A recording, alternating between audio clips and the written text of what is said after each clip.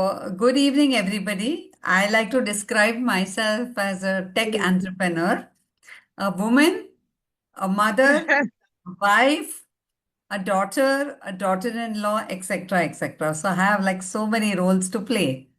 And in India, like in Africa, we have a very strong family ties. So we manage the house, we manage the office, we manage our family relationships, and we balance all the things and do them well. So this journey started when I was a young girl, like so many of the girls who are attending here, and I was 8 or 9. And I realized I'm born in a family which is very poor because India was that time just out of independence and we didn't really have money. And I remember I used to just have one dress to wear.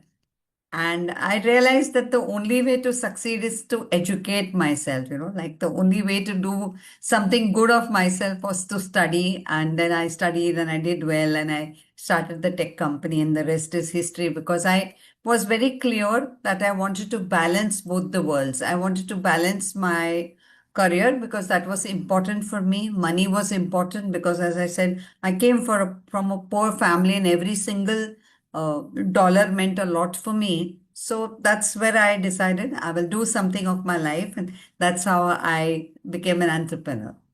So that's my journey. So just wanted to say that I would begin by saying it's such a great honor for me to be at this event, for the organizers to have considered me as the beginning speaker.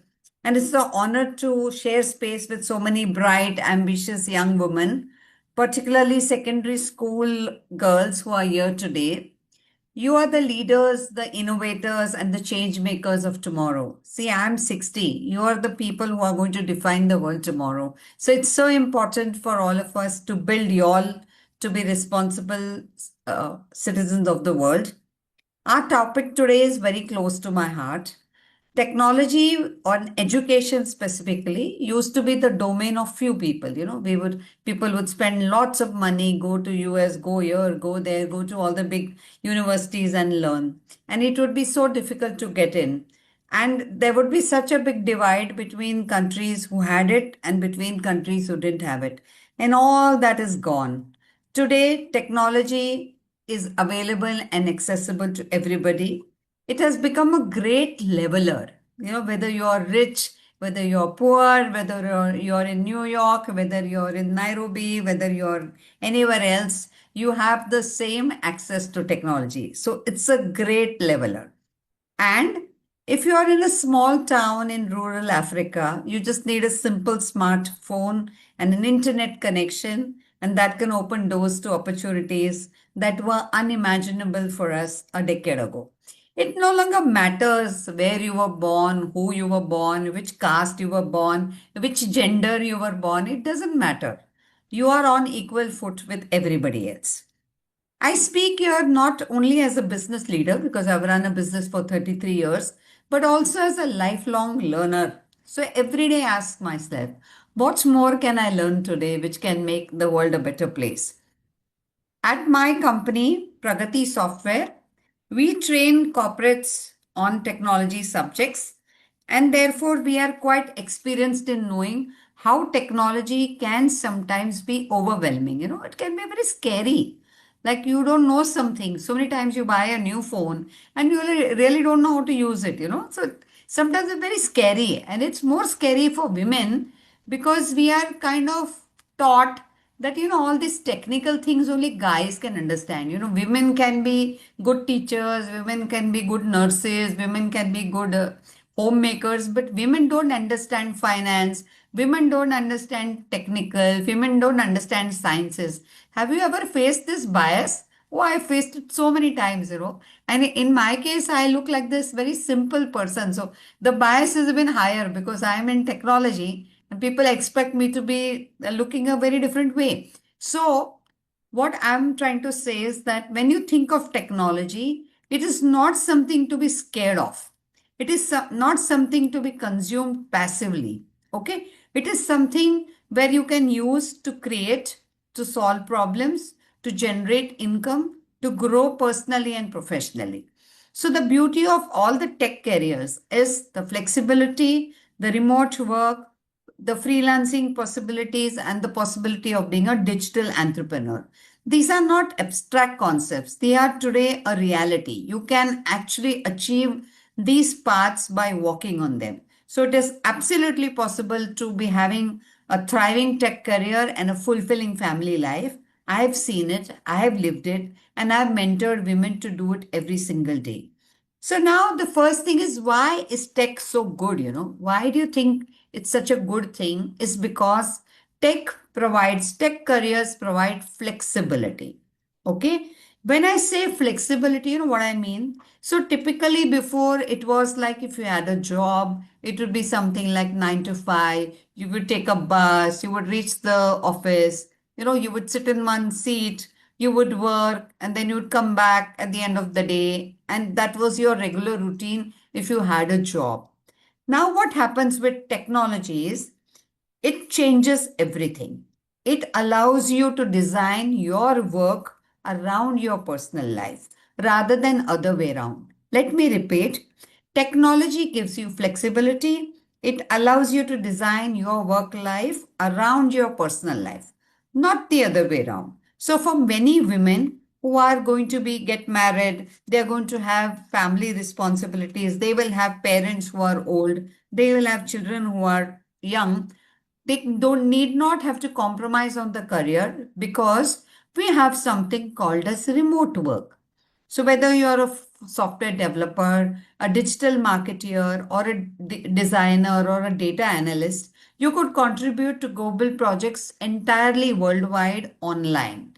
You have so many tools today. You have Zoom, like on which we are, Microsoft Teams, you have Slack, you have Trello. All of them allow you seamless communication and project tracking, and you can be part of a great performing team all over the world. So you could have team members who are African, who could have team members who are Asian, Indian, you could have team members who are in Australia, and you could have a whole global world when you are on remote world.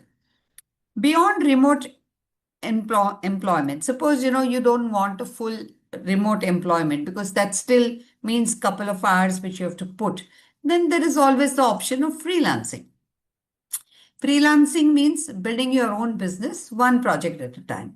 You take a project, you execute it, you have time, you work on it on your hours, you choose the project which you want, you decide whom to work with, you decide what you're going to pay, what you're going to be paid for, and that's the way you do your career on freelancing. The third option which we have today as women entrepreneurs or is digital entrepreneurship. That is starting your own business on the internet as your shop front. See, many women have small things to sell like food items or something which is your culture, some jewelry or something like that. You could easily launch an e-commerce store on Shopify. You could run online training sessions. You could even create a mobile app to solve a problem in your community. So the beauty of tech entrepreneurship is you can be totally lean. You can start with one person, that is you, and you could build in as the journey grows on. And you could decide how much you want to build. So the key point here is that location is no longer a limitation. If we are sitting in Kenya, it doesn't matter. We can fight with the best brains in the world. Okay, for women in Africa, this is especially powerful. For decades, geography, infrastructure, and access to traditional corporate spaces were barriers. But today, technology has leveled the playing field. As I often say, when you choose a tech career, you're not choosing a job, you're choosing freedom. Freedom to decide where you work, when you work, who you work for, and that freedom gives you the ability to combine professional growth and personal development. And let me also tell you that when you, as a woman, get economic independence, that gives you a lot of power at your home space because people respect you because you're an earning member. You're contributing to the kitty of your family. And therefore, it is very, very important to be able to learn. Now, before I go to the next idea, I would like people to reply whether I'm audible, whether they are understanding what I'm saying. Quick messages, please. Quick messages on the group. We have 63 You people now, are so absolutely please. audible, Preeti. You are so audible, and we understand everything you are saying. I can't stop writing. See my notebook, see my Okay. pen. Okay. I've All been right. taking notes. Absolutely. So I thank can't you. stop writing. Thank you. Thank you so much. It's good to know that, what I say is heard by so many of y'all, and thank you for that. The other thought process was about how tech is making continuous learning online. So, one of the most important gifts technology gives us is the ability to keep learning. Previously you would have to wait for having a great teacher, you would have to wait to get into a great school, you would have to wait to provide the fee. And if you didn't have the money, you would have probably have to take a loan or not. You may have had to drop from school or college. Today, technology provides you continuous learning. You can learn 24 by 7. You just have to have the courage and the commitment to learn. So, the favorite place to learn, of course, like many of you all know, is ChatGPT or Gemini. You ask a question, which is the nearest place to eat good food in your city, and you get a lot of answers. So, that's learning. So, I call this learning without a pause. You can learn anytime, anywhere, and at your own pace. You don't have to wait for a semester to get over. You do not have to wait for a training program to start. You can just keep on learning. There are incredible online learning platforms just like Coursera, Udemy, EDX, etc. YouTube is another great source. There are a lot of YouTube tutorials. Each offers you the flexibility to learn from global experts. So you can actually test, you can do a test drive, like you test drive a car. You can actually listen to people and say, okay, this guy I like, and this lady I like, and this person I don't understand. So you can actually check what you want. When COVID was on, I learned stock market investing the same way because I never invested in Indian stock markets before that. And because during lockdown, we were all at home, and I said, let me learn this skill. And I learned that entire skill only on YouTube's by just doing this test drive. I'm going to keep on listening to various people and saying, okay, whom do I resonate with? So I think that gives you the ability to check before you want to even learn something. Many times when you're students, you're confused which subject to take. You don't know whether this is better or that is better. This gives you such a wonderful opportunity to listen to the different subjects. Like, say, for example, I might just want to know how Python programming is. And I might want to know whether I like data analytics. I might want to know whether I want to do AI ML. So many things you might just want to listen. So you can make your own independent assessment about what you like, whether it resonates with your life purpose and your skills, and then you can choose. So you no longer have the pressure of a parent telling you, no, you become an engineer or become a doctor or become a nurse or become a tech specialist. You do what you enjoy. So you can listen to everything and then you can decide. So this self-paced learning is great. I also want to talk about a very effective method. It is our traditional classroom instructor led training. So while we have everything on the internet, please have huge respect for your teachers in your school because it is a blended learning today. It's a hybrid learning. You learn from internet, you go back to a teacher in school, ask questions again, go back to internet, check again. So you just keep on learning both ways. Teachers are as important as internet. So please remember that. I have seen that this method has created great learning outcomes because we train a lot of people, and therefore I found that when you learn something, it changes your life. So whether you're a secondary school student just discovering your interests or you're a working mother, what is a better way to learn than having technology to teach you? Now, you might ask me that, fine, you're Preeti, this is all okay, but then do you know such women who are actually balancing tech and family? Oh, yes, I know a lot of them because, as I was mentioning, Africa and India have a lot of things in common. One of them is the expectation that women have to manage the household, however well educated they are, how much ever degrees they have, they still are expected to take care of their households and their families. And I know so many women. For example, I know this lady in Lagos. She is a young mother called as Ada. And she left her corporate job because her second child was coming and it was becoming very difficult to manage everything. And so, what she did is she simply started learning graphic designing through YouTube and Coursera. She learned graphic designing, and within a year, she has a business today.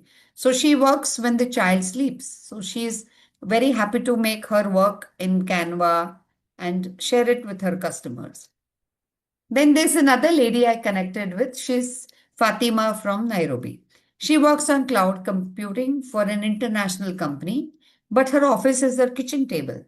Every morning, she logs into virtual meetings, delivers projects with her team across the 5 countries, and still manages to prepare lunch for her old parents who live with her.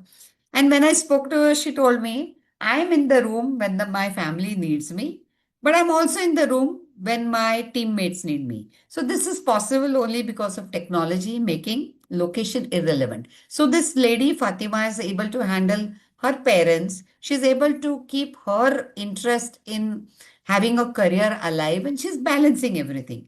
So it's not, it's a global phenomenon. In India also we find a lot of girls, like I know this girl Anjali, she was in Mumbai and she then shifted to a rural small town, and she was so frustrated because she thought it's a small village, but then she got internet connection, her company continued with her, and now she's happy.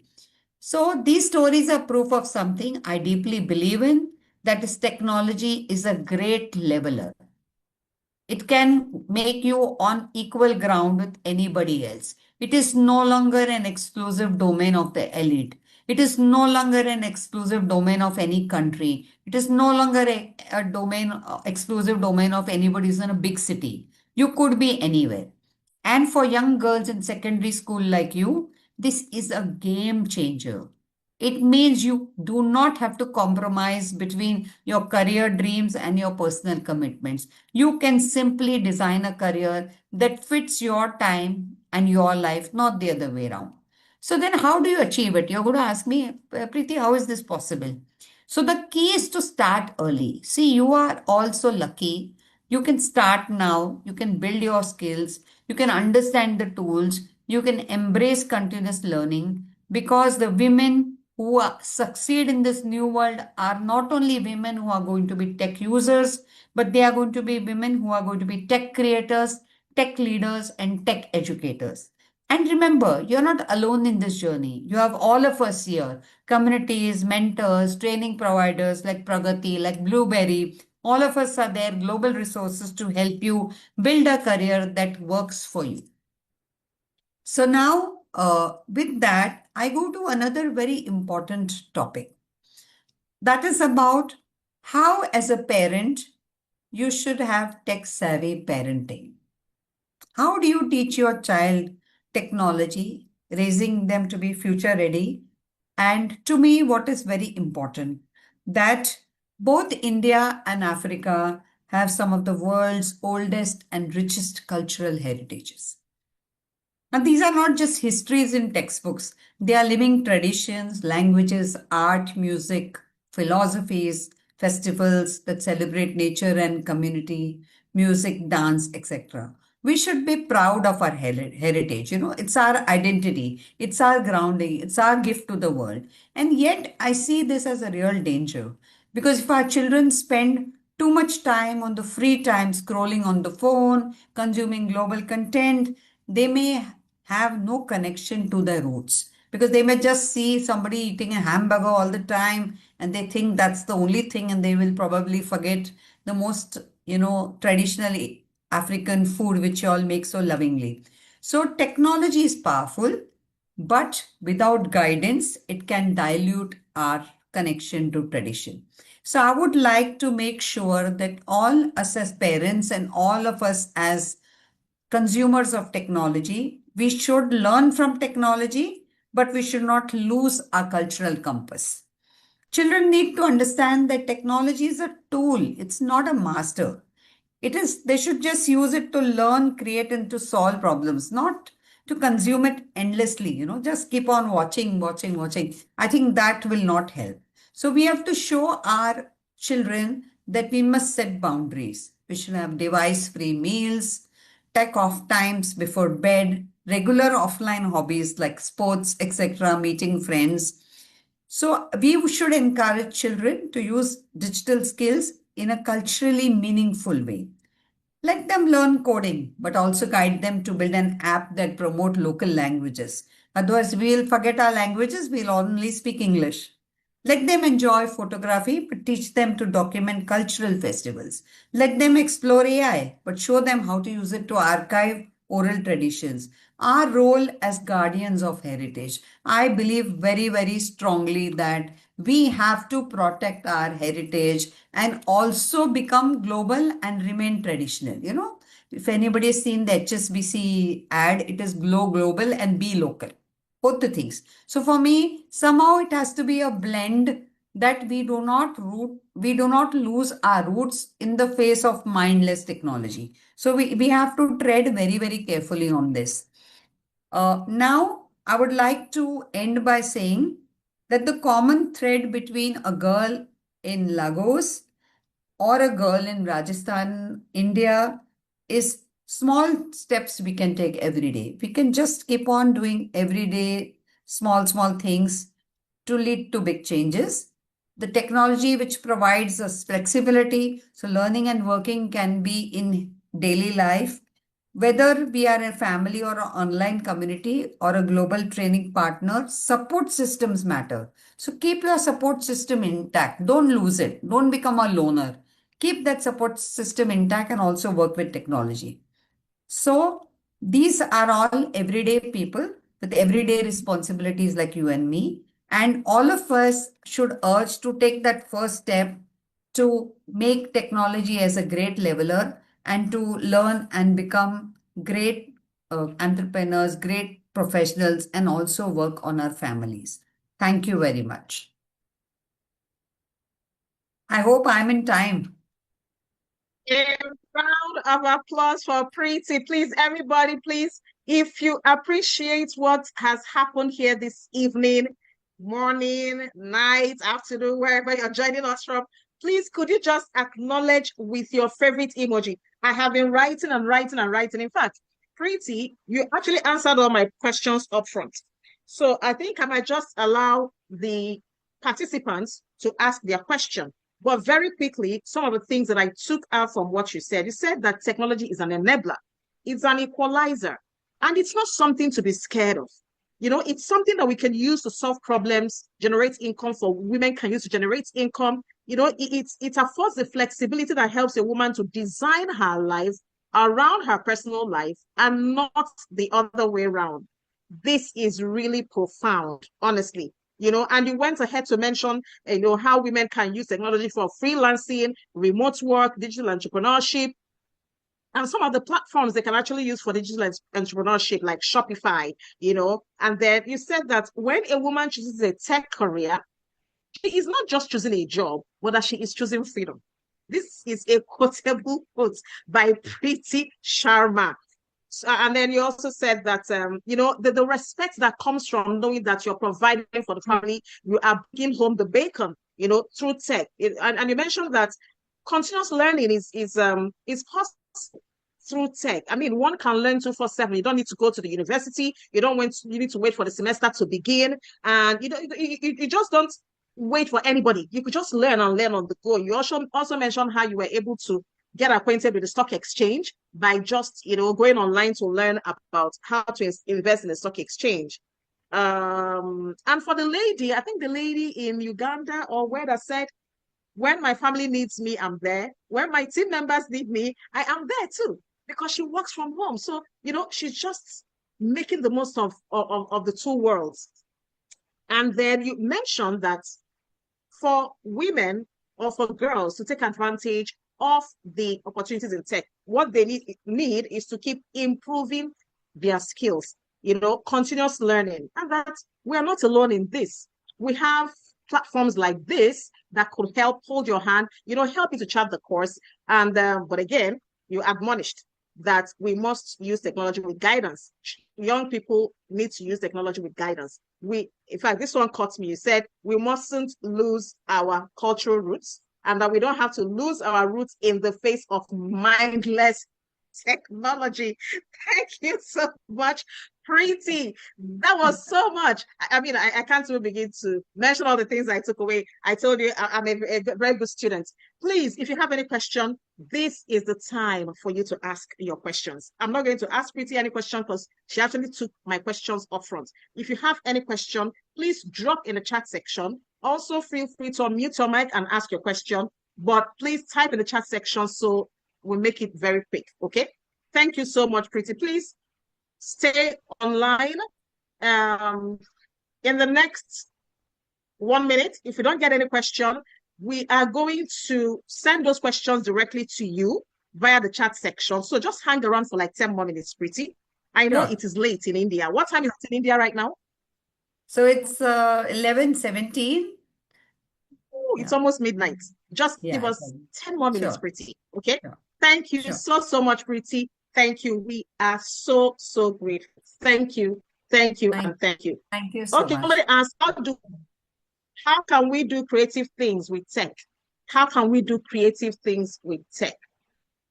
You have a question here, Preeti. So we can do creative things dependent on what is the creation we want to create. So whether it is like we want to create a banner, whether we want to create a LinkedIn post, whether we want to create an architectural design, basically depends on what is the creative thing you want to do. And the best thing is to understand which is the most widely used tool for that. Okay. And to find out that tool by asking questions in ChatGPT or Gemini or any of the other search engines which are there in your country or any, and then find out which is the best tool to use it. Okay, so whenever you have to do creative things with tech, first is what is the structure of that creative thing? Say, for example, if I want to learn music with tech, then I need to understand the structure of that music, which will not be taught to me by tech itself, right? So I will need to understand the tune, for example, or the lyrics, for example. So if I have to create music, which as a vocalist, like I am, so you need the tune, you need the words, you need to know the beat, for example, the tempo, how fast, how slow, etc. You need to know the pitch. So all that is something you will learn on your as the domain knowledge, and you use tech, you find out which is the best tool to handle it, you learn the tool and you merge the two. I hope I could answer the question.